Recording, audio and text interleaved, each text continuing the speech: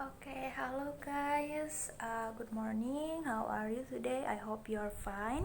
Okay, for today, I will explain about lesson plan for junior high school class. Okay, atau bahasa Indonesianya rencana pembelajaran atau biasa juga disebut RPP untuk SMP. Okay, kita mulai dulu gimana cara mendesain RPP itu sendiri. Nah, apa itu lesson plan? Desain pembelajaran adalah pengembangan pembelajaran secara sistematis untuk memaksimalkan keefektifan dan efisiensi pembelajaran.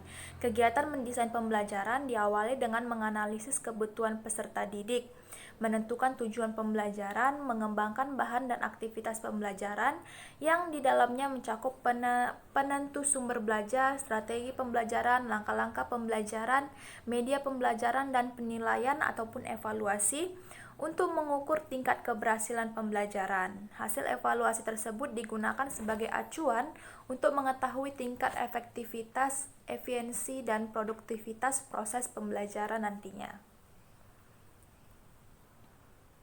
Nah, apa saja komponen dalam RPP?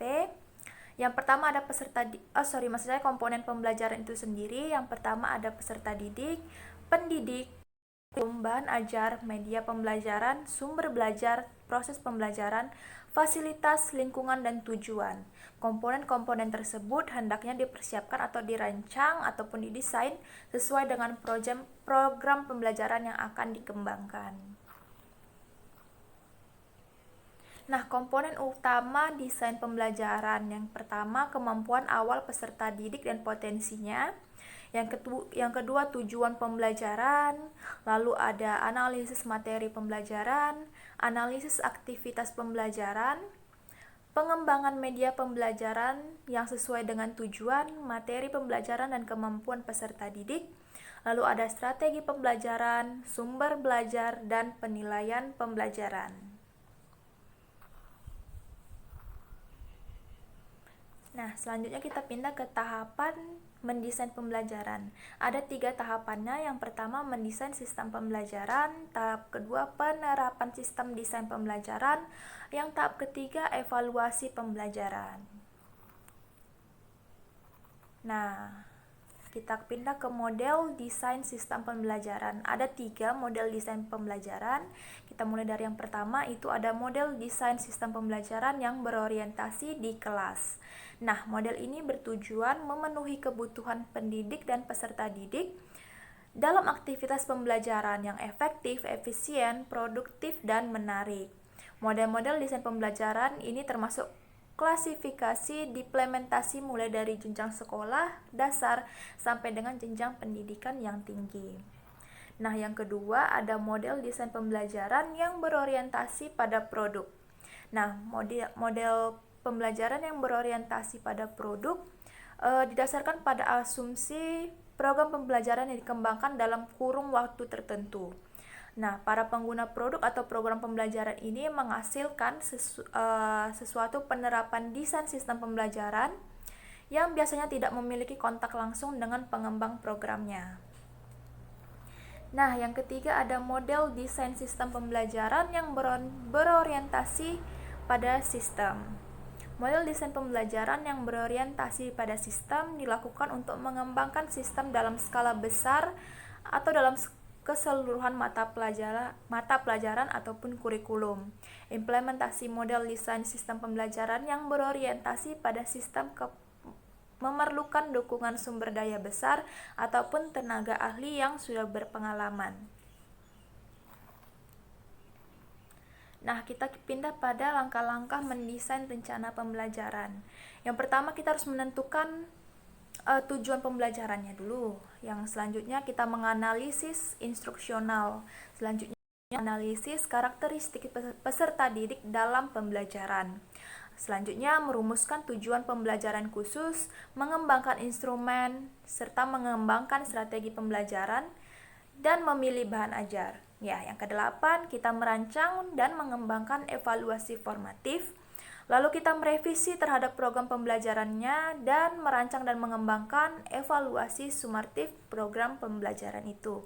Nah, kita sudah tahu bagaimana definisi rencana pembelajaran. Kita juga tahu komponen dan kita tahu beberapa desain rencana pembelajaran, dan terakhir kita tahu langkah-langkah mendesain rencana pembelajaran. Nah, bagaimana sih bentuknya rencana pembelajaran yang sudah jadi? Nah, saya sudah membuat rencana pembelajaran atau RPP-nya. Kita lihat. Oke, sebentar. Nah,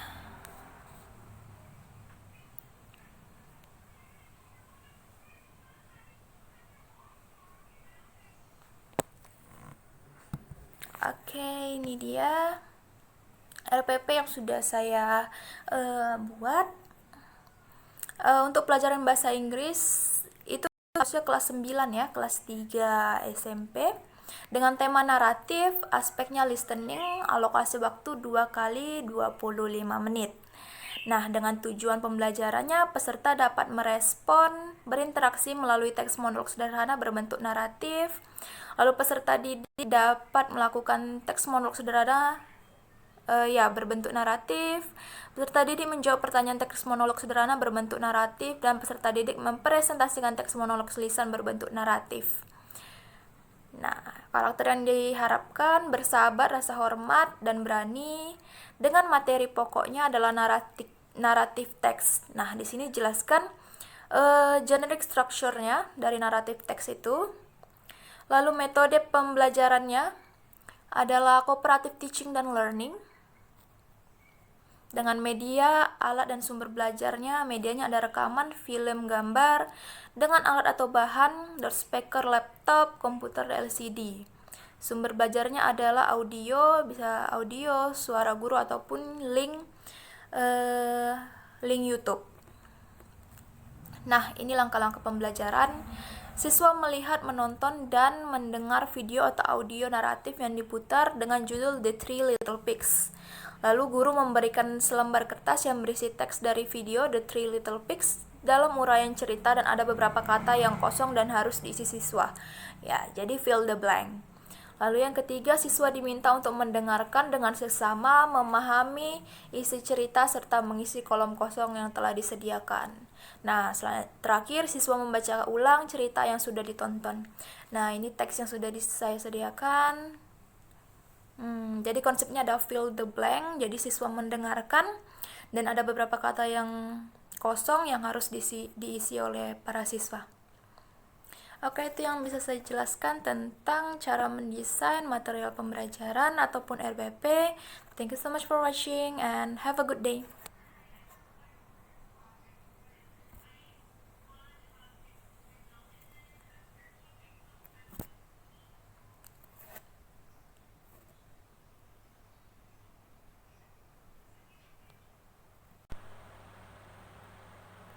Oke, selanjutnya adalah lesson plan atau RPP untuk SMA.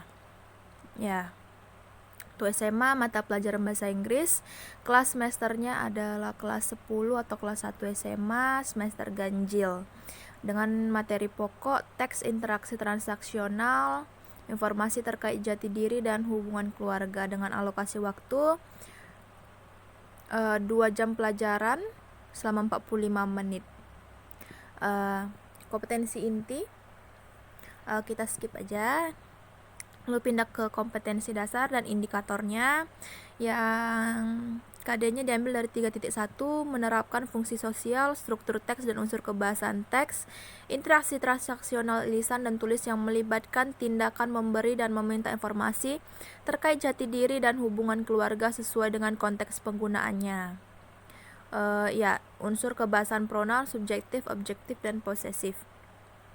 Dengan indikator mengidentifikasi ungkapan-ungkapan memberi dan meminta informasi terkait jati diri dan hubungan keluarga, mengidentifikasi perbedaan cara pengungkapan dari masing-masing konteks, memahami struktur teks ungkapan memberi dan meminta informasi terkait jati diri dan hubungan keluarga, memahami unsur kebahasaan dari ungkapan memberi dan meminta informasi terkait jati diri dan hubungan keluarga.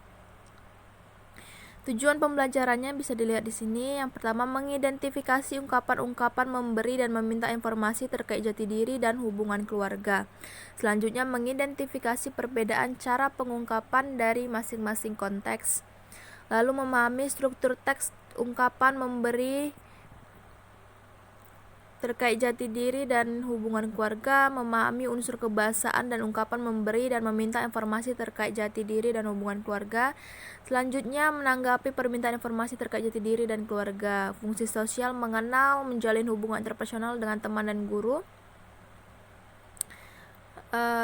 Topiknya untuk hari ini adalah deskripsi diri sendiri sebagai bagian dari keluarga dan masyarakat yang dapat menumbuhkan perilaku yang termuat dari KL.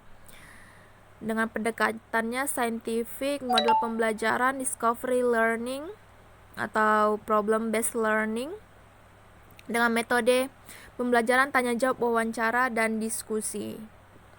Media pembelajarannya adalah lembar kerja dan lembar penilaian dengan alat atau bahan, penggaris, spidol, papan tulis, laptop, dan infokus. Sumber belajar adalah buku kurikulum 2013, mata pelajaran bahasa Inggris kelas 10. Kamus bahasa Inggris, serta pengalaman peserta didik dan guru.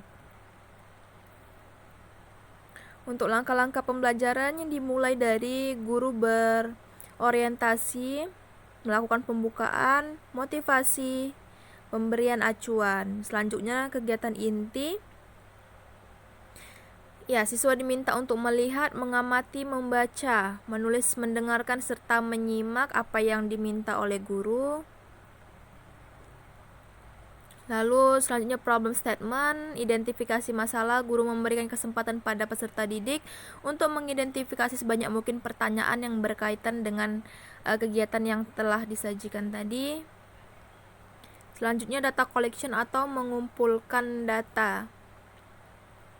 Jadi siswa mengamati objek, kejadian, membaca sumber lain selain buku teks, beraktivitas, dan berwawancara atau bertanya jawab dengan narasumber.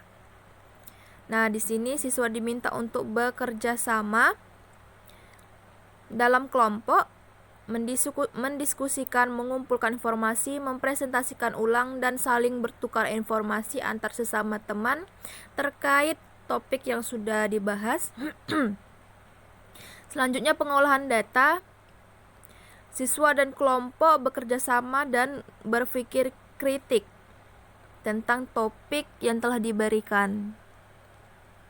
Jadi di sini siswa berdiskusi, mengolah informasi dari materi-materi yang sudah didapatkan, dan berpikir kritis. Selanjutnya, tahap terakhir menarik kesimpulan.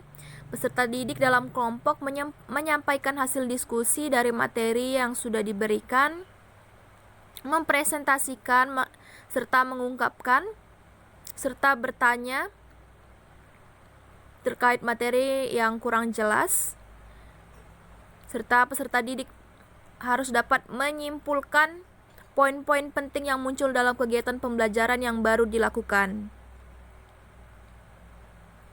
Nah, selanjutnya adalah kegiatan penutup. Guru memeriksa pekerjaan siswa yang telah selesai. Peserta didik juga harus sudah menyelesaikan tugas proyek atau produk atau portofolio atau hasil kerja mereka.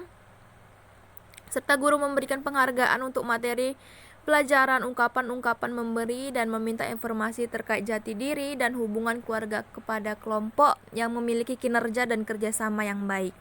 Nah, itu yang bisa saya jelaskan tentang RPP kelas 10. Ya, semoga berguna. Itu yang bisa saya jelaskan. Terima kasih dan selamat pagi.